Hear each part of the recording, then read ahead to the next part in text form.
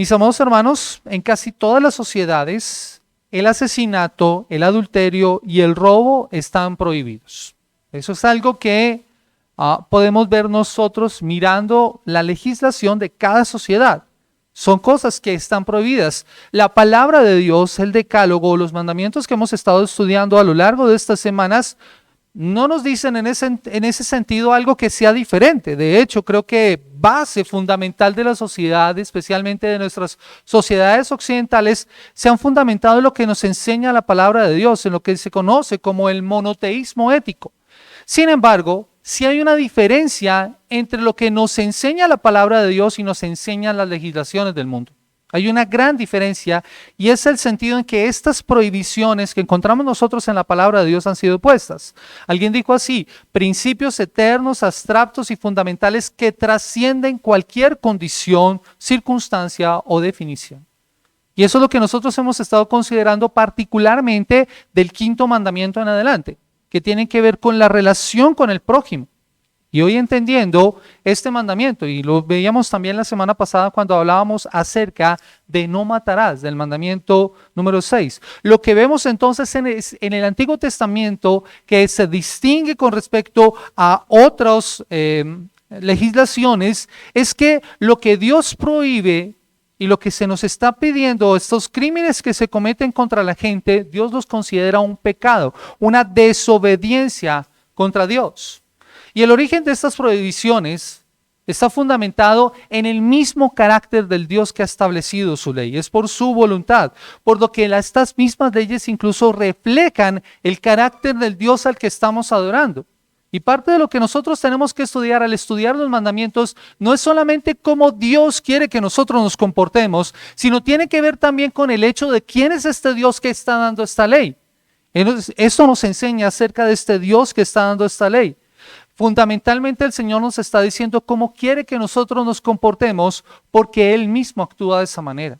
La palabra del Señor nos enseña que Él nos llama a ser santos porque Él mismo es santo y esta ley refleja esa santidad de Dios. Fundamentalmente lo que nos está diciendo es: ustedes deben ser así porque yo soy de esa manera. Eso es lo que nos está diciendo esta ley. Así que ese es el principio que se ve en acción en los mandamientos, particularmente desde el quinto en adelante. Y en donde nosotros vemos una conexión muy importante que consideramos particularmente la semana pasada, y es el hecho de cómo fuimos nosotros creados. ¿Recuerdan cómo hemos sido nosotros creados? A imagen y semejanza de Dios. Por eso es que al considerar el mandamiento que vimos la semana pasada de no matarás o no asesinarás, estábamos hablando acerca de que eso era atentar contra alguien que representaba la imagen de Dios. Y en el Antiguo Testamento, hablando acerca del matrimonio, está particularmente refiriéndose a un aspecto muy importante, porque el matrimonio usa el ejemplo de una relación del Señor con su pueblo. El matrimonio es una ilustración de la relación que Dios desea tener con su pueblo. Esta es la forma en que el séptimo mandamiento refleja esa relación con Dios. Cómo está reflejada esa relación y esa naturaleza de esa relación con el Señor y su pueblo. Y el compromiso que el pueblo de Dios tenía que asumir para con su Dios. De ahí que la infidelidad matrimonial implicara una falta a la promesa que Dios había establecido con su pueblo de que Él debía serle fiel y que Él cumpliría sus promesas. Y eso indicaría también un alejamiento también de la imagen de Dios. Y Él no quiere esto para su pueblo, eso es lo que nosotros encontramos en este mandamiento. De allí que se establezca ese mandato de no cometer adulterio. Y similar a como lo consideramos la semana pasada, el séptimo mandamiento es casi igual de corto a el sexto mandamiento. Sexto mandamiento son 2 palabras: no matarás. Aquí vemos 3: no cometerás adulterio. Y a pesar de que son tan pocas palabras, la profundidad que se encuentra en estas palabras es muy grande. Y para entenderlo, mis amados hermanos, podríamos considerar lo que dice el Catecismo de la Nueva Ciudad para poder comprender lo que este séptimo mandamiento nos está diciendo. ¿Qué nos pide el séptimo mandamiento? Y el séptimo mandamiento nos dice que nos debemos abstener de la inmoralidad sexual, que vivamos en pureza y fidelidad, ya sea en el matrimonio o en la soltería, o evitando cualquier acción, mirada, palabra, pensamiento o deseo impuro o cualquier cosa que conduzca a ellos. Voy a volver a leer esa definición que nos da el Catecismo de la Nueva Ciudad. Que nos abstengamos de inmoralidad sexual, que vivamos en pureza y fidelidad, ya sea en el matrimonio o en la soltería, evitando cualquier acción, mirada, palabra, pensamiento o deseo impuro o cualquier otra cosa que conduzca a ellos. Eso es lo que el Señor nos está pidiendo en el 7º mandamiento. Y es importante esto, mis amados hermanos, porque lo que encontramos en el desarrollo de la Escritura es que los rabinos y los maestros de la ley, como siempre, trataron de acomodar la ley de acuerdo a su conveniencia. Los rabinos en el Nuevo Testamento intentaban limitar el alcance del mandamiento o solo daban una estrecha interpretación al mismo y daban ciertas libertades para lo que tenía que ver con la pureza sexual, cosa que en cierto sentido aún hoy en día está pasando. Pero Jesús nos da una interpretación mucho más profunda del mandamiento que también debemos considerar. ¿Y qué es lo que nos pide este mandamiento? Por eso es tan importante ahondar en lo que esta palabra nos dice. Y este sermón lleva por eso por título el 7º mandamiento, la pureza en Cristo. El 7º mandamiento, la pureza en Cristo. Y lo primero que debemos abordar es que nos revela este mandato acerca del carácter de Dios. ¿Qué nos revela este mandamiento acerca del carácter de Dios? Si Dios nos ha ordenado esto, ¿quién es este Dios que nos está ordenando esto? Y lo primero que nosotros debemos considerar es que este es un Dios santo que pide santidad. Un Dios santo que pide santidad. Y ese es el primer punto. Desde que el hombre fue puesto en el jardín del Edén, desde que el hombre fue creado en el jardín del Edén, Dios lo creó en medio de una gran belleza. Y Dios vio algo en medio de esa gran belleza que no era bueno. Recuerdan que cada día de la creación Dios señalaba que veía su creación y decía, y vio Dios que era bueno. Había bondad en toda la creación, en todo lo que Dios había hecho, era bueno. Pero avanzando la creación y después del 6º día, hubo algo que no era bueno. Y dice la palabra del Señor en Génesis 2:18 de la siguiente manera. Y dijo Dios, no es bueno para el hombre que esté solo, le haré ayuda idónea para él. En medio de todo eso, vemos que había algo que no era bueno. El hombre estaba solo.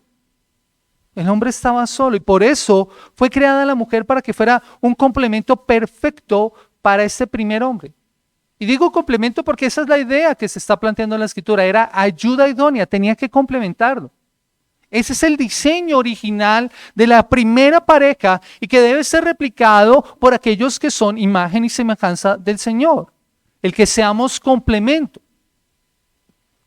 Ese era el perfecto complemento para este primer hombre. Dice el versículo 22 y al 23, y de la costilla que Jehová Dios tomó del hombre hizo una mujer y la trajo al hombre.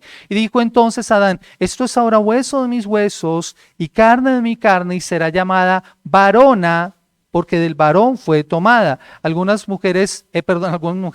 versiones dicen mujer, para poderlo entender, y es por el parecido que tiene la palabra en el original. Ish, en el original, y la mujer es Isha. Eso solamente para que podamos entender eso. En Génesis 2:24, entonces se describe la primera unión. Versículo 24. Y si tiene la Reina Valera, le pido el favor que la lea conmigo, por favor. Dice, por tanto dejará el hombre a su padre y a su madre y se unirá a su mujer y serán una sola carne. Y allí vemos establecido entonces ese primer matrimonio. Allí se describe esta unión entre un hombre y una mujer como una sola carne en una relación de interdependencia e interconexión. Esa es la primera relación que se da entre el hombre y la mujer. Interdependencia e interconexión. Están completamente relacionados. Y lo que esta imagen maravillosa del matrimonio nos revela acerca de Dios es su bondad. Noten esto. El hombre estaba solo en la creación. No solo en el sentido de que no hubiera nadie más con él, porque estaban los animales, pero ningún animal podría ser el complemento ideal para este ser humano que había sido creado por Dios. Tenía que ser uno de su misma especie quien lo complementara. Y eso fue lo que hizo Dios cuando la creó. Por eso la esencia de la cual es tomada la mujer es la misma esencia del hombre. Su misma genética, sus mismos elementos, solo que complementario para él. Así que mostramos y vemos la bondad de este maravilloso creador al complementar al hombre y no dejarlo solo. Porque bien pudiera el hombre haber permanecido solo. Si se ha puesto a pensar que la escritura señala que no era bueno, pero Dios hubiera podido decir, bueno, lo vamos a dejar solo. Dios hubiera podido hacer de esa manera y sin embargo no lo hizo.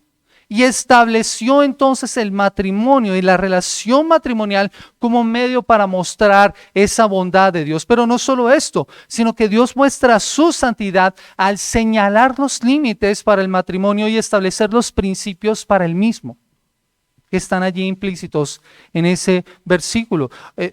Importantísimo, por ejemplo, considerar que el hombre tenía que dejar a sus padres para unirse a su esposa. Esa unión que tenía que ser ahora diferente porque sería un hogar distinto. De allí, mis amados hermanos, que como lo entendemos nosotros en la sociedad, el matrimonio es una base fundamental de lo que es una sociedad. Una sociedad está constituida por hogares. Ese es el elemento fundamental. Y Dios nos está mostrando eso desde el mismo principio. Eso se conoce como principio de creación. Allí están establecidos estos principios. Más adelante, el matrimonio y la unión conyugal nos muestran ese amor fiel de Dios también. Deuteronomio capítulo 7, el versículo 9 dice de la siguiente manera: conoce pues que Jehová tu Dios es Dios, Dios fiel, que guarda el pacto y la misericordia a los que le aman y guardan sus mandamientos hasta 1000 generaciones. Y Dios está mostrando su misericordia. Muchos expertos, muchos teólogos consideran aquí que la palabra misericordia en este versículo es la palabra hesed, que significa también amor fiel o amor leal. Hablando acerca de lealtad amorosa. Como lo traduce la Nueva Versión Internacional, Dios está mostrando su fiel amor a quienes le aman. Dios está mostrando su fiel amor a quienes le aman. La pregunta que podría surgir al escuchar este versículo: ¿y eso qué tiene que ver con el matrimonio? ¿O qué tiene que ver con el mandamiento número 7? Mis amados hermanos, es que de la misma manera en que una relación matrimonial está fundamentada en vínculos de relaciones de dos personas que se aman, son leales, son fieles, muestran bondad, muestran ternura. Así es el amor de Dios para con su pueblo. Y ese era el llamado de Dios para el pueblo de Israel. Conoce pues que Jehová tu Dios es Dios, el Dios fiel. Mira esa fidelidad del Señor. Mira esa fidelidad de ese esposo que lo está dando todo por su esposa. Es en esa relación. Así que en general esta palabra comprende la fuerza, la constancia, el amor, las responsabilidades que se dan en una relación conyugal, el compromiso que debe haber en una relación conyugal, el deseo y el anhelo de poder darle bienestar a un hogar. Eso es lo que nosotros encontramos en esa relación, pero que Dios mismo ha mostrado a través de su pueblo, en esa relación que tiene con Él, de cómo Dios mismo cumple incluso las promesas a su pueblo. Eso es lo que nos muestra la palabra del Señor, ese Dios fiel. Es como ese Dios que tiene una relación conyugal con su pueblo, que lo ama como un esposo ama a su esposa, y que lo muestra cumpliendo sus promesas. Estos elementos entonces se ven representados en el matrimonio. Es bastante interesante, mis amados hermanos, que en el Nuevo Testamento el matrimonio es una imagen de la relación que tiene Cristo con la iglesia, pero en el Antiguo Testamento también era una imagen de la relación que tenía Dios con su pueblo. Era importantísimo, era una escena, era como una obra de teatro, una representación de cómo tenía que verse esa relación. Esos elementos se pueden ver claramente representados en el matrimonio y por eso es tan importante considerarlos a la luz de este mandamiento. Porque este mandamiento está fundamentado en estos elementos. Y de allí que violar este mandamiento es no honrar la santidad y la misericordia que Dios nos ha mostrado a nosotros. y que nos lleva entonces a nuestro segundo punto.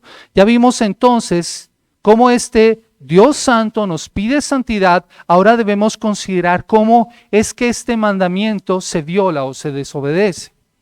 La Biblia llama adulterio a todo acto sexual entre una persona casada y alguien que no es su cónyuge.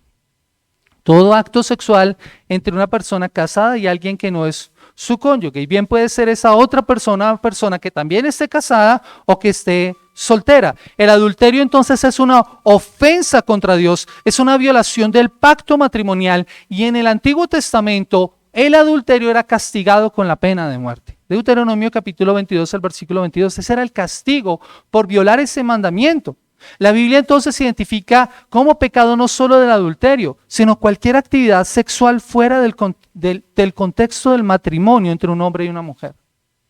Cualquier acto sexual fuera del matrimonio era considerado entonces adulterio o fornicación, como se va a conocer más adelante. Y esto nuevamente es evidencia del pecado, mis amados hermanos. Aquí es cuando nosotros tenemos que volver nuevamente a señalar lo que nos dice la Escritura y ver por qué esto es tan malo. Al mirar el resultado de la caída, podemos ver que la relación que debía ser el matrimonio ha sido afectada grandemente. Si ustedes van nuevamente a Génesis capítulo 4, y les pido que vayan allí, Génesis capítulo 4, después de que ha ocurrido el primer asesinato, vemos la descendencia de Caín. Quiero que vaya conmigo al versículo 19. Génesis capítulo 4, el versículo 19. Voy a leer desde el versículo 16. Dice la palabra del Señor: salió pues Caín de delante de Jehová y habitó en la tierra de Nod, al oriente de Edén, y conoció Caín a su mujer, la cual concibió y dio a luz a Enoc, y edificó una ciudad, y llamó el nombre de la ciudad del nombre de su hijo Enoc, y a Enoc lo llamó Irat, y a Irat engendró a Mehujaleel, y Mehujaleel engendró a Metusalén, y Metusalén engendró a Lamec. Versículo 19, y Lamec tomó para sí dos mujeres. El nombre de la una fue Ada, y el nombre de la otra fue Sila. Ahora, ¿por qué esto es importante? Porque noten lo que está haciendo este hombre. ¿Qué es lo que nos decía Génesis capítulo 2, el versículo 24? Por tanto, dejará el hombre a su padre y a su madre, se unirá a su mujer en singular y serán una sola carne. Pero Lamec hace todo lo contrario. Este es el primer polígamo de la historia, porque toma dos mujeres. De hecho, la forma en cómo está expresado el texto es como si este hombre estuviera acumulando esposas. Como si estuviera acumulando esposas. Casi que está adueñándose de ellas. Todo lo contrario a lo que está mostrándonos Génesis capítulo 2, en donde hay una unión complementaria. El resultado del pecado es que el mismo matrimonio es afectado. Y no solamente eso, sino que usted sigue leyendo la descripción que nos da de Lamec y escuchamos a este hombre, un hombre violento, un hombre sanguinario, un hombre cruel. La espiral descendente del resultado del pecado. Eso es lo que nosotros vemos en este contexto. Ese es el primer polígamo de la historia. En el Antiguo Testamento entonces nosotros encontramos el adulterio como esa infidelidad que producía la ruptura del pacto matrimonial. Y también en un sentido ese rompimiento del pacto, de la relación que el pueblo debe tener para con su Dios. Luego más adelante nosotros encontramos que la primera vez que aparece la palabra adulterio la encontramos nosotros precisamente en los 10 mandamientos, en Éxodo capítulo 20, el versículo 14, en Deuteronomio 5, 18 y también en Levítico 20, 10. Yo quiero que me acompañe allí. Levítico capítulo 20, el versículo 10. Levítico 20, para que podamos ver cómo se encuentra allí escrito. 20:10 dice: y si un hombre cometiera adulterio con la mujer de su prójimo, el adúltero y la adúltera indefectiblemente serán muertos. Allí aparece nuevamente el adulterio sentenciado. Más adelante y a lo largo de la historia del pueblo de Israel, nosotros vemos cómo vez tras vez el pueblo es infiel a Dios. Y cuando llegamos a los profetas, vemos esa poderosa escena de Dios hablando a su pueblo en relación conyugal. Él poniéndose como el esposo y hablando de su pueblo de Israel como un pueblo infiel, adúltero, que constantemente está rompiendo el pacto y que por eso son castigados. ¿Y cómo cometían adulterio ellos? Bueno, ellos adoraban otros dioses. Y esa adoración a otros dioses, esa idolatría era considerada por Dios como adulterio. Ellos se unían con mujeres que no eran de su nación y adoraban a sus dioses. Y por eso es que Dios va a prometer juzgarlos y castigarlos. Más adelante incluso el mismo profeta Oseas es usado como una escena viviente también para ver cómo se ve esto. Es tremendo. Si usted ha leído el libro del profeta Oseas, se va a dar cuenta de lo que Dios le está pidiendo a este hombre. Tenía que casarse con una prostituta y no solamente eso, sino que tenía que amarla y ella constantemente le sería infiel, se iría de la casa y él tendría que ir a buscarla. Y Dios le dice, así soy yo con el pueblo de Israel. Ellos me son infieles y yo constantemente estoy buscándolos. Esa es la escena que se nos muestra. Dios ha mostrado su carácter a través del vínculo matrimonial y nos señala lo grave que es violarlo al establecer leyes contra el mismo y mostrándonos los ejemplos en la Escritura de las terribles consecuencias de esto. Es que solo leer la Escritura en el Antiguo Testamento nos damos cuenta de lo terrible que es esto. Cómo este pueblo experimentó en ese sentido de desobediencia y de adulterio espiritual las terribles consecuencias de esto, de ser infieles a Dios. El mismo Salomón, la palabra del Señor nos muestra como tal vez el ejemplo más triste de lo que significa perder de vista lo que significa el amor conyugal y el matrimonio como un aspecto importante y una violación de ese mandamiento. En Primera de Reyes capítulo 11, el versículo 4 nos dice la palabra del Señor lo que este hombre hizo. Primera de Reyes capítulo 11, versículo 4 dice la palabra del Señor así. Dice, y cuando Salomón era ya viejo, sus mujeres, ¿sí escuchan? Sus mujeres inclinaron su corazón tras dioses ajenos y su corazón no era perfecto con Jehová su Dios como el corazón de su padre David. Yo creo que todo esto empezó en el momento en que Salomón dejó de valorar lo que debía ser el matrimonio. Y cuando Salomón empezó a usar el matrimonio como un medio para obtener un beneficio, perdió de vista esto. Culturalmente, ¿qué era lo que pasaba? Los reyes hacían convenios con otros pueblos y para sellar el pacto lo que hacían era dar en casamiento a una de sus hijas para unir esas dos naciones. Casi que los volvían familia. El problema es que Salomón usó esto y nosotros encontramos en la palabra del Señor, versículo 3 en el capítulo 11 de Primera de Reyes, y tuvo 700 mujeres reinas y 300 concubinas y sus mujeres desviaron su corazón. ¿Ven? Cuando el matrimonio pierde su valor, pierde su significado, el perjudicado no es solamente una persona, es una nación, es un país completo, es una sociedad. Yo creo que esa es una de las terribles consecuencias y de las más grandes que nosotros podemos ver de la desobediencia de este mandamiento. De hecho, el mismo Salomón desobedeció la misma escritura. Deuteronomio capítulo 17 nos señala lo que nos dice lo que debía hacer el pueblo de Israel cuando tuvieran rey. Deuteronomio capítulo 17, el versículo 14 al 20 dice la palabra del Señor: cuando hayas entrado en la tierra que Jehová tu Dios te da y tomes posesión de ella y la habites y digas, pondré un rey sobre mí como todas las naciones que están a mis alrededores, ciertamente pondrás por rey sobre ti al que Jehová tu Dios escogiere, de entre tus hermanos pondrás rey sobre ti, no podrás poner sobre ti a hombre extranjero que no sea tu hermano, pero él no aumentará para sí caballos, ni hará volver al pueblo a Egipto con el fin de aumentar caballos, porque Jehová os ha dicho, no volváis nunca por este camino, ni tomará para sí muchas mujeres para que su corazón no se desvíe, ni plata ni oro amontonará para sí en abundancia. ¿Y qué fue precisamente lo que hizo Salomón? ¿No fue lo que Dios prohibió? Eso fue lo que hizo Salomón. Desobedeció. Y las consecuencias se van a ver más adelante. Él hace que el pueblo se desvíe con él. Esa es la terrible consecuencia. Como podemos ver, mis amados hermanos, hay una estrecha relación entonces entre el acto físico y lo espiritual.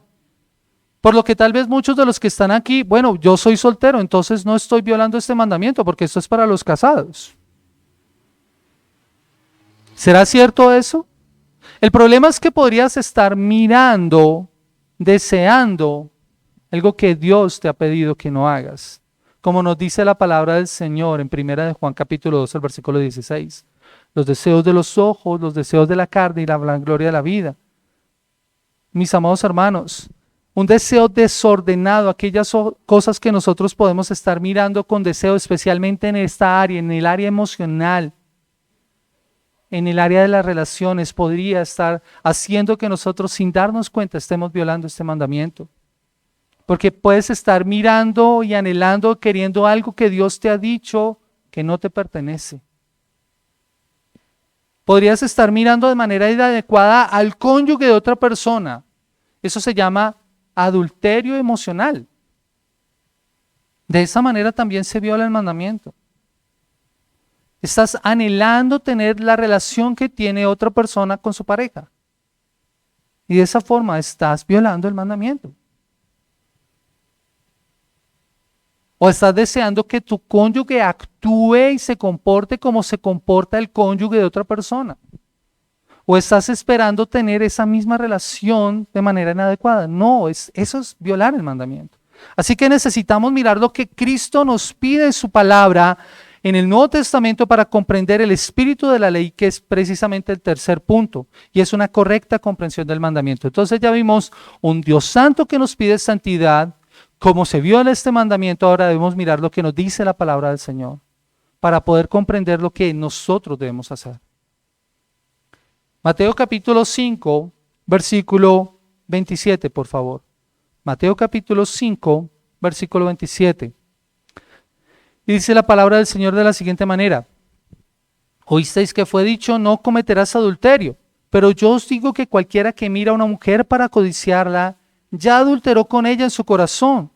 Por tanto, si tu ojo derecho te es ocasión de caer, sácalo y échalo de ti, pues mejor te es que se pierda uno de tus miembros y no que todo tu cuerpo sea echado al infierno. Y si tu mano derecha te es ocasión de caer, córtala y échala de ti, pues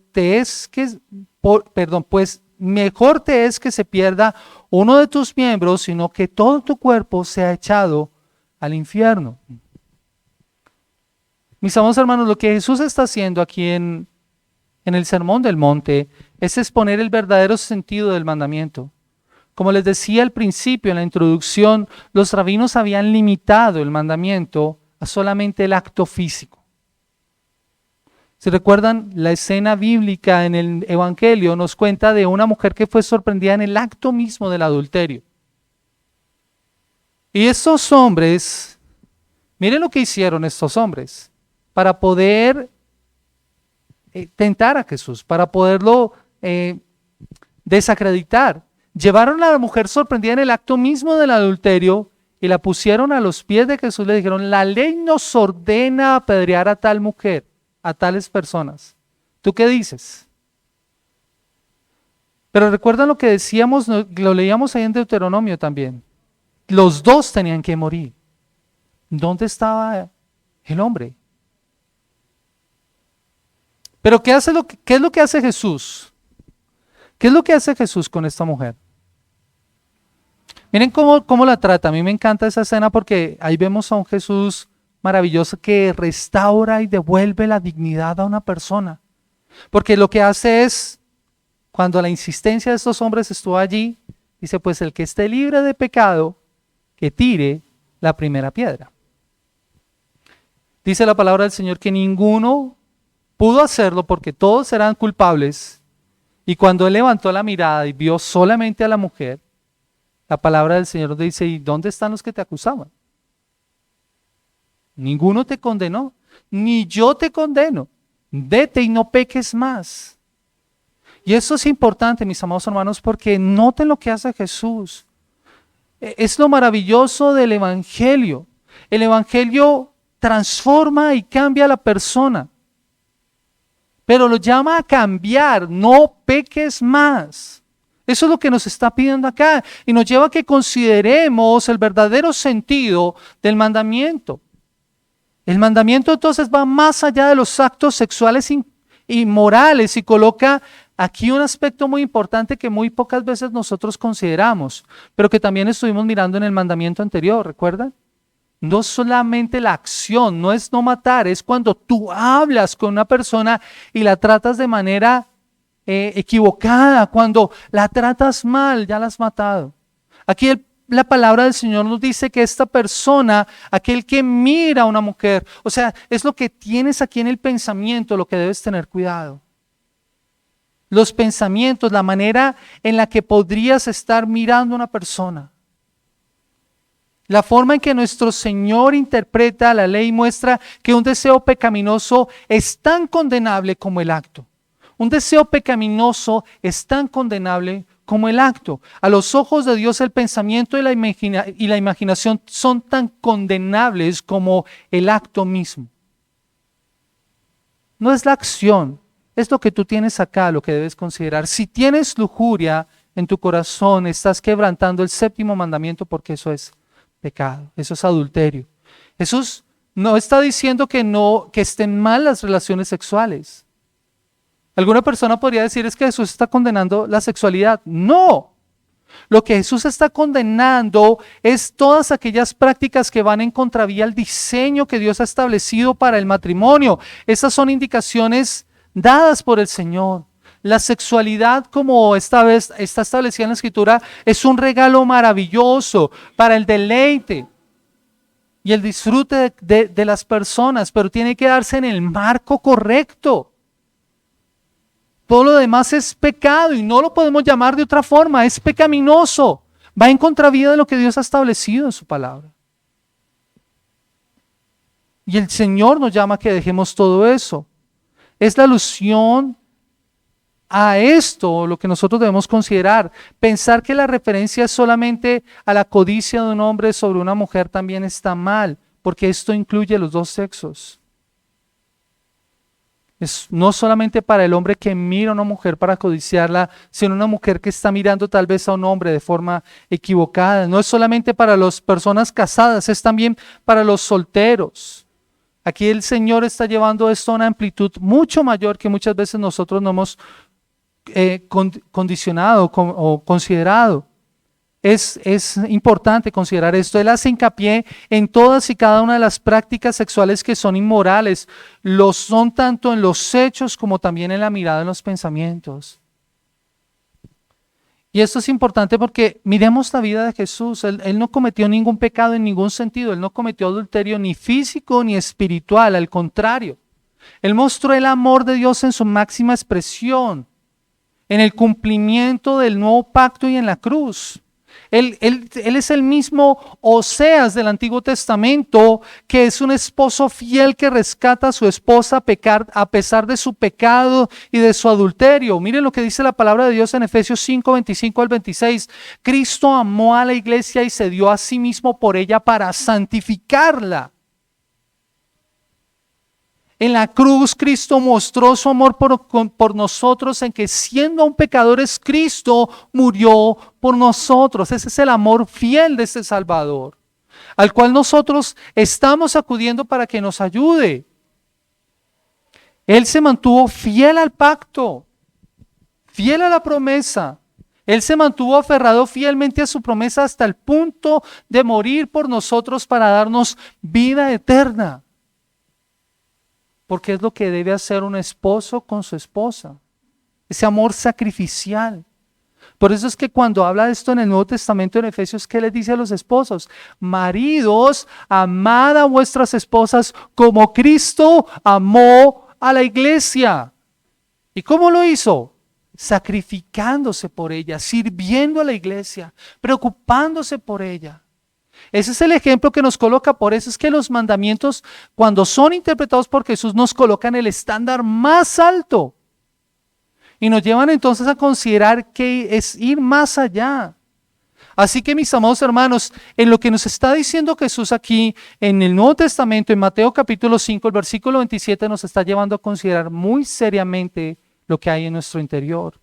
El adulterio entonces no se limita a las acciones, sino va más allá. Está en relación con los ojos y con el corazón. Por eso es que en los versículos siguientes, después de que nos ha hablado acerca de esto, nos lleva a considerar la pureza en todo sentido.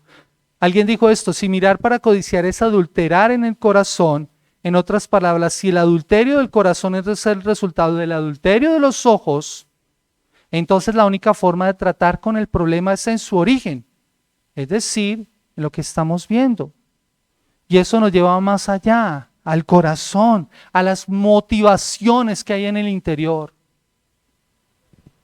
De hecho, esto no es nuevo. Job capítulo 31, el versículo 1, dice la palabra del Señor cuando Job está hablando. Job capítulo 31, el versículo 1, escucha lo que dice él: hice un pacto con mis ojos, ¿cómo pues había yo de mirar a una virgen?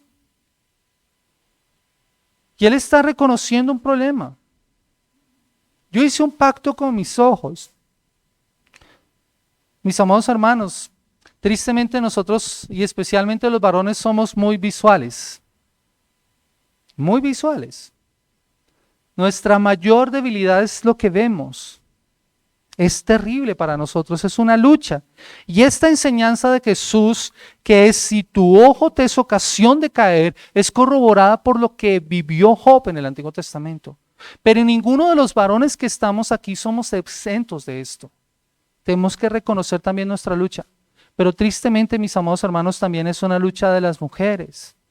Especialmente por algo que vamos a hablar en un momento. Esta experiencia de Job es confirmada por lo que nos dice la palabra del Señor y es verdaderamente hoy. De hecho, los actos vergonzosos son precedidos por fantasías vergonzosas, dice John Stott, y el incendio de la imaginación por la indisciplina de los ojos.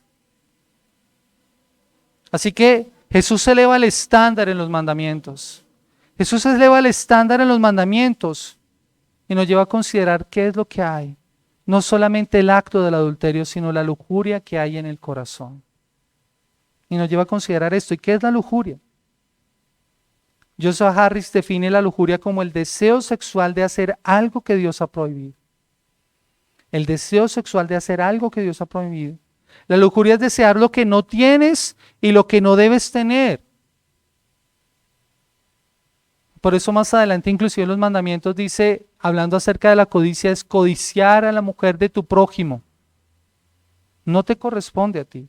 El deseo sano de tener relaciones sexuales no es malo, dice también este autor. Dios diseñó la relación física, pero la lujuria hace que estos deseos sean más importantes que Dios.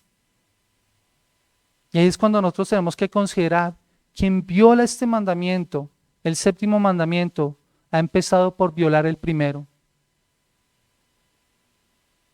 Dios no es lo más importante para él. Joseph Harris continúa diciendo, la lujuria puede ser una lucha y la lucha más grande que está viviendo esta generación. Nuestros deseos cada vez son más difíciles de satisfacer. Es la lucha más grande. Antes era muy difícil acceder a material pornográfico.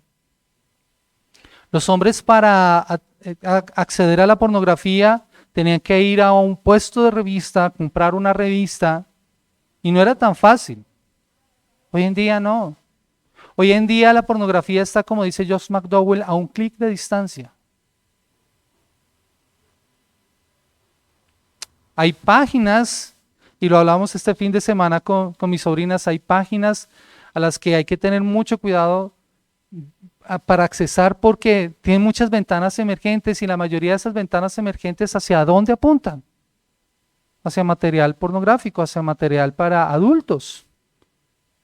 Antes era un problema que se daba mayormente en los hombres.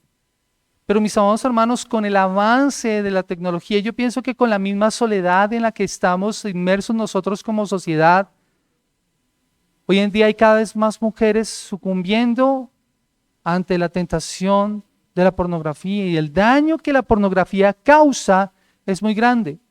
Y esto es adulterio también.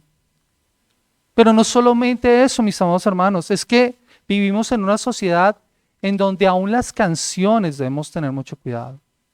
¿Se han dado cuenta que hay géneros que ahora explotan la lujuria? Y lo triste de esto es que, yo no sé, a veces como que no le prestamos atención a lo que estamos escuchando, o como que no hay un análisis de lo que se está escuchando, mis amados hermanos, porque, y lo digo porque en el colegio en donde yo trabajo con mis estudiantes, yo tengo que estar hablando constantemente con ellos sobre esto. Me parece interesante escucharles cantar, y especialmente a mujeres estos géneros, cuando estas canciones lo que vuelven a las mujeres un objeto para la satisfacción de un hombre. Y digo, pero ¿no escuchas lo que estás cantando? ¿No analizas lo que estás oyendo en esto? Y se ha normalizado de tal forma todo esto. Las películas, las series de televisión enfocadas en lo mismo. Antes era la literatura romántica. Hoy en día esto ha cambiado, todo se ha masificado y ha crecido toda una industria en torno a la lujuria, y nos explotan a nosotros la lujuria, la publicidad, el mercadeo. Estamos viviendo en un mundo que en este sentido pareciera como que nos estuviera abriendo las puertas para que nosotros fuéramos adúlteros más fácilmente. Eso es lo que nosotros estamos viendo. Y muchos hablan es de libertad sexual o de exploración en esa área. No, es que está en exploración. Tiene que descubrirse. Mis amados hermanos, pero yo estoy de acuerdo con lo que dice el pastor José Lo Mercado. Las normas y principios actuales de las relaciones entre los adolescentes y entre las personas nacieron en lo que es la mal llamada revolución sexual y no en las escrituras. Así que lo que debemos hacer es volver a lo que nos dice la palabra del Señor.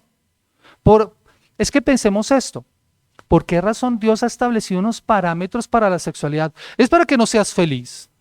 Es porque Dios no quiere tu deleite ni tu disfrute.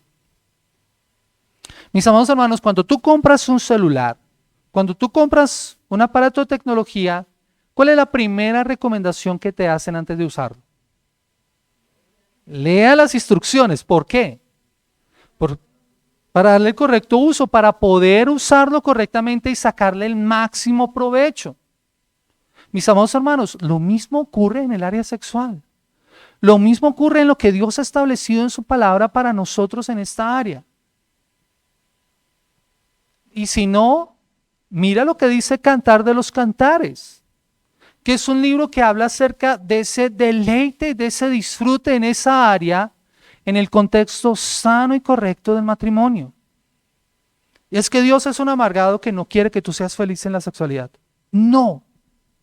Somos nosotros los que cometemos el error de no seguir las instrucciones. Es como si yo tomara este celular y en vez de usarlo para hacer llamadas, lo usara como un martillo para clavar puntillas.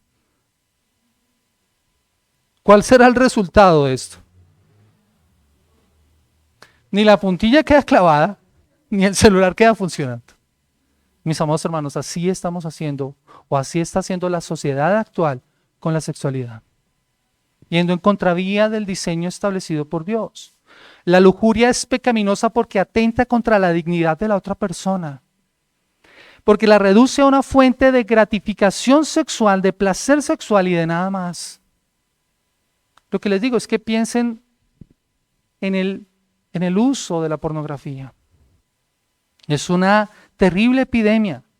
La promiscuidad promovida como valor es contraria a las escrituras. La pornografía ha alcanzado niveles preocupantes. Cada día vemos una sociedad más hipersexualizada, inmoral, que no conoce límites. ¿Y por qué es esto? Cada vez que pensamos que ya lo hemos visto todo, No, mis amados hermanos, cada vez hay algo cada vez más bajo y más inmoral. Y nos sorprende a veces en ocasiones las cosas que ahora vemos. Pero ¿dónde surge esto? Porque no hemos seguido los parámetros que Dios ha establecido. Porque hemos desobedecido a Dios, incumpliendo el séptimo mandamiento. Porque no hemos valorado lo que Dios valora. Porque cuando hay una prohibición negativa, nosotros pensamos solamente en lo negativo, pero hay una implicación positiva. Cuando Dios nos dice que no debemos adulterar, es que debemos ser fiel a nuestro cónyuge y reconocer la sexualidad como un regalo maravilloso. Es decir, cuando yo soy fiel a mi cónyuge, el beneficiado voy a ser yo, mi hogar, mi casa, mi familia. Eso es lo que me está diciendo aquí la palabra del Señor. Si estás casado, debes reconocer que es un pacto entre un hombre y una mujer. Perdón ahí por el lapsus. Debes reconocer que es un pacto entre un hombre y una mujer. Eso es el matrimonio. Y estas son responsabilidades del cristiano. Lo que Dios nos pide en la palabra del Señor. El problema es que somos totalmente incapaces de poderlo lograr perfectamente. Esta mañana leíamos con el grupo de hombres en nuestro estudio la mentira número 23 del libro de las mentiras que los hombres creen y las verdades que los hacen libres. Y esa mentira dice que no, a ver si la recuerdo bien, gracias. ¿Cómo es? Soy incapaz de liderar mi hogar. Incapaz, por eso. Soy incapaz, ¿y yo qué dije? Perdón, soy incapaz de liderar mi hogar y por eso debo cederle esa responsabilidad a mi esposa. Y leyendo eso nos dábamos cuenta que efectivamente sí somos incapaces. No podemos en nuestras propias fuerzas. Y en esta área tenemos que también reconocer nuestra propia limitación, porque es que el pecado ha dejado una marca terrible en nosotros. Debemos mirar el Evangelio para responder entonces nuestro cuarto punto, y es cuál es la promesa del nuevo pacto y cómo tratamos con este pecado. ¿Cuál es la promesa del nuevo pacto y cómo tratamos con este pecado? Jesucristo, mis amados hermanos, Jesucristo es el segundo Adán. El Adán que venció en el desierto. El primer Adán fue tentado en el jardín del Edén y perdió. Fue derrotado. El segundo Adán, nuestro Señor Jesucristo, fue tentado en el desierto y venció. Él es la cabeza y el representante de la iglesia, el verdadero Israel que ha venido a cumplir perfectamente con las obligaciones de la ley. Él obedeció perfectamente este mandamiento. Él no cometió adulterio ni fornicación, no se dejó llevar nunca por la lujuria. Él obedeció perfectamente esto. Por ahí hay, esta nota no la tengo aquí, pero recordé que hace algunos años surgió una novela que habla acerca de que Jesús se casó y de esa unión pues hay una descendencia. Mis amados hermanos, no hay nada más falso y nada más salido de los cabellos que esa historia tan absurda. Porque eso no está corroborado en ninguna parte de la Escritura. Mis amados hermanos, nuestro Señor no cometió adulterio, no fornicó, no hizo las cosas de esa manera, no desobedeció nunca la palabra del Señor. Su obediencia y su justicia ahora han sido aplicadas a nosotros y su Espíritu nos capacita para poder obedecer las obligaciones y las exigencias de la ley. Mis amados hermanos, y aunque nunca vamos a obedecer, nosotros perfectamente sabemos que ya no vamos a ser castigados por la ley. Aquel que ha venido a Cristo en arrepentimiento y fe sabe que la justicia de Dios ha sido satisfecha en Cristo Jesús. Él pagó por nuestros pecados. Así que si al estudiar esto, al escuchar esto, te das cuenta que has desobedecido este mandamiento, y yo sé que sí, porque todos nosotros hemos desobedecido este mandamiento. La palabra de Dios dice que tenemos a un abogado para con el Padre, a Jesucristo el justo. Él pagó por nuestros pecados. Ahora, por su gracia y por su misericordia, nosotros podemos tratar de obedecer la ley de Dios con la confianza de que Cristo ha cumplido perfectamente por nosotros los requisitos de la ley. Y podemos vivir sin miedo de ser rechazados por Dios debido a su obediencia. Debido a su obediencia. Sabemos que Jesucristo ha cumplido con todas estas cosas y Él cumplió perfectamente lo que la ley exige, incluso el pago por nuestra desobediencia. Como lo dice Isaías, Él llevó el castigo por nuestros pecados. Debemos reconocer entonces dónde empieza el adulterio, mis amados hermanos. Empieza en nuestro corazón. Nuestra batalla es en nuestro interior, no en nuestras acciones. Es en nuestro interior donde nosotros debemos mirar, en nuestro corazón. Y mis amados hermanos, si la respuesta fuera cambia tu conducta, pues esto no sería tan difícil. Pero es que no podemos cambiar nuestra conducta por nuestras propias fuerzas. Ahí es donde falla la psicología. Porque quiere cambiar la conducta sin cambiar el corazón. Si no cambiamos interiormente, nunca vamos a cambiar exteriormente. Tus conductas pueden cambiar, pero las motivaciones de tu corazón te van a llevar nuevamente a pecar de una u otra forma. No, mis amados hermanos, tienes que cambiar en tu interior y eso lo hace el Señor, cambiando tu manera de pensar para que cambie tu manera de vivir. El adulterio no empieza con el sexo ilícito, empieza cuando le das lugar en tu corazón a pensamientos y deseos fuera de la voluntad de Dios. Así que la batalla contra el pecado no se ganará intentando cambiar la conducta o un acto como tal, sino cambiando las decisiones que están unidas a tu corazón, las motivaciones que hay en nuestro interior. A veces nosotros queremos culpar a lo que está afuera. Inclusive algunas personas argumentan y responden preguntas para tratar de justificarse. Es que ¿qué de malo tiene contemplar la belleza de la creación cuando entonces se está mirando a una mujer? ¿O qué de malo tiene ver un poquitico de pornografía? Es para avivar la relación matrimonial. Es una mentira que muchas personas se han creído, incluso cristianos. Han caído en ese juego del enemigo. Y no, mis amados hermanos, el problema está en el corazón, como dice Marcos capítulo 7, el versículo 20 al 23. El problema está en el corazón, dice la palabra del Señor en Marcos capítulo 7:20, dice, pero que de lo que el hombre sale contamina al hombre, porque de dentro del corazón de los hombres salen los malos pensamientos, los adulterios, las fornicaciones, los homicidios, los hurtos, las avaricias, las maldades, el engaño, la lascivia, la envidia, la maledicencia, la soberbia, la insensatez. Todas estas cosas de dentro del corazón salen y contaminan al hombre. ¿Dónde está el problema entonces? No eches la culpa de tu pecado a lo externo. El único culpable de tu pecado eres tú mismo, en tu corazón, en las motivaciones que hay dentro de ti. Así que, ¿cómo enfrentas este pecado? Tienes que cambiar esas motivaciones. Tienes que cambiar, el conflicto está allí en el interior, porque está reflejando lo que hay en tu interior. Como dice la palabra del Señor, de la abundancia del corazón habla la boca.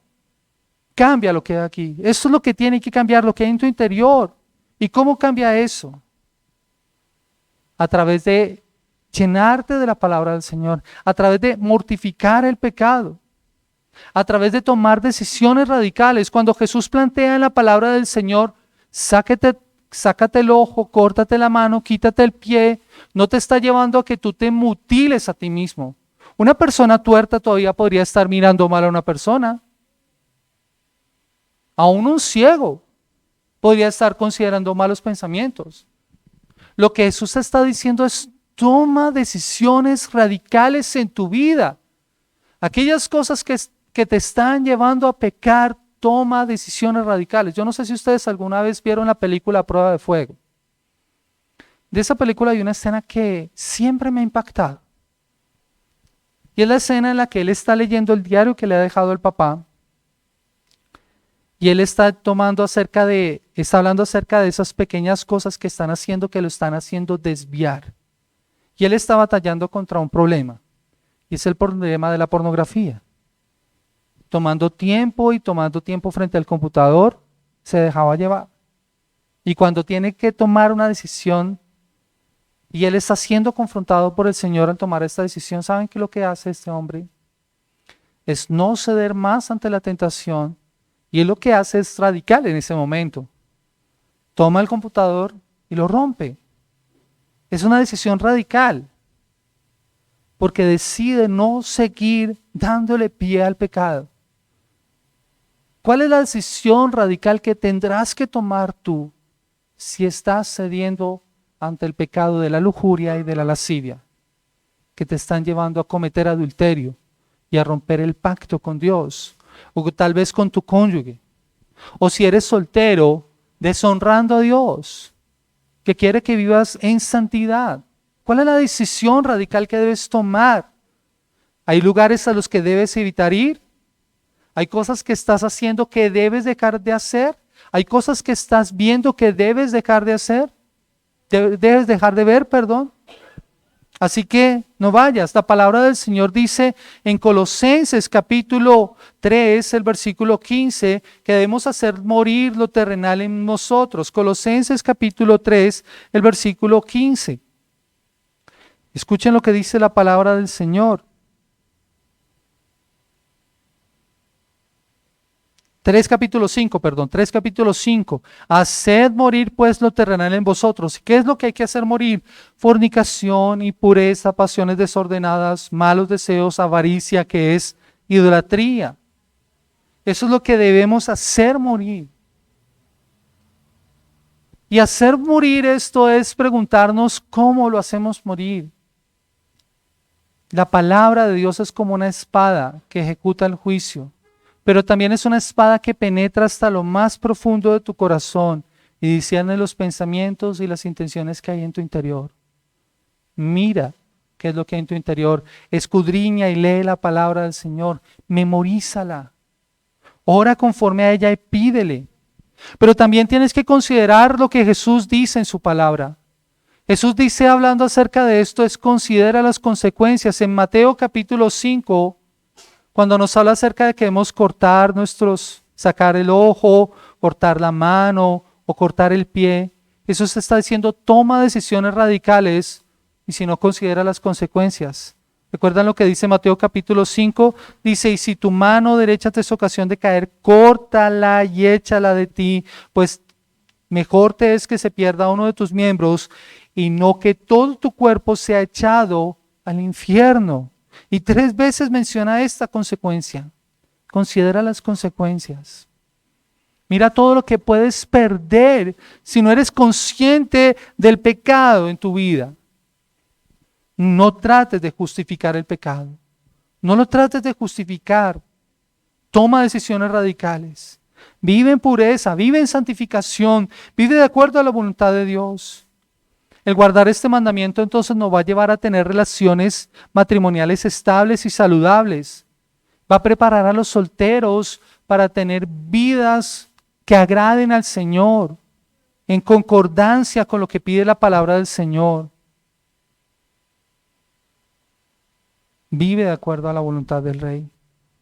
Mis amados hermanos, la palabra del Señor nos dice que no debemos cometer adulterio.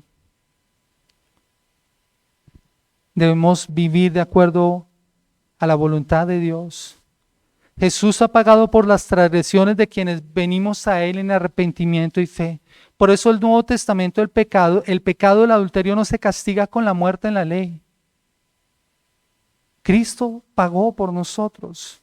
Si has cometido adulterio, ya sea emocional, o un físico, o aún en tu mente, en tus pensamientos, pide perdón al Señor, confiesa tu pecado y ven al Señor en arrepentimiento y fe. Dios perdona al pecador. Dios perdona al pecador. Pero así como Jesús le dijo a la mujer adúltera, vete y no peques más, de una forma que honre ahora al Señor que te ha perdonado. Vive en esa santificación que el Señor te pide que tengas.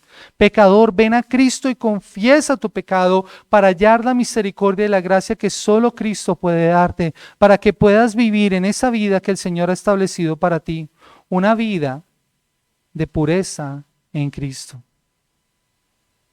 Vamos a orar. Amado Señor y Padre, En el precioso nombre de Cristo Jesús queremos darte gracias en esta mañana por el privilegio y la oportunidad que nos das de poder escuchar tu palabra. Señor, hoy te pedimos que tú nos ayudes, Señor, siendo conscientes de nuestro pecado, siendo conscientes de todas las veces en las que hemos desobedecido tu palabra, que no te hemos honrado como tú mereces, en la que hemos desobedecido este mandamiento, en la que hemos permitido que nuestra mente y nuestros pensamientos vayan a lugares a los que no deben ir, en donde hemos tal vez albergado pensamientos que no corresponden a tu voluntad ni a tu palabra, en donde tal vez nos hemos dejado llevar por el pecado de la pornografía y hemos adulterado también en esta área, Señor. Perdónanos y límpianos. Ayúdanos, Señor, en esta área de vivir en la pureza de esta nueva vida en Cristo. Ayúdanos, Señor, te lo rogamos, a hacer morir lo terrenal en nosotros. Ayúdanos, Padre, porque las consecuencias son muy grandes si no somos conscientes de esta realidad, Señor. Pero gracias, bendito Señor, porque por medio de tu Espíritu Santo y por medio de tu palabra, tú nos haces vivir una nueva vida, Señor. Porque los que estamos en Cristo somos nuevas criaturas. Las cosas viejas han pasado, y aquí todas son hechas nuevas. Tú, Señor, colocas en nosotros nuevas motivaciones, nuevos deseos, nuevos anhelos, un deseo de vivir de acuerdo a tu voluntad y a tus propósitos, Señor. Gracias, bendito Señor, por esta comunidad. Te pedimos, Señor, que tú nos santifiques, Señor, como lo cantamos en esta mañana. Santifícanos, oh Dios, cada día más. Señor, era nuestro clamor y nuestro deseo. Purifícanos, Señor, lávanos y límpianos. Oh Señor, que lo que cantábamos al principio se vuelva una realidad en nuestras vidas, Señor. Gracias porque tú nos has hecho volver a nacer, Señor. Solo por Cristo somos lavados y limpiados. Santifícanos, oh Dios, cada día más, para que podamos honrar y bendecir tu nombre. Señor, te damos a ti toda la gloria y la honra y te exaltamos en el precioso nombre de Cristo Jesús. Amén.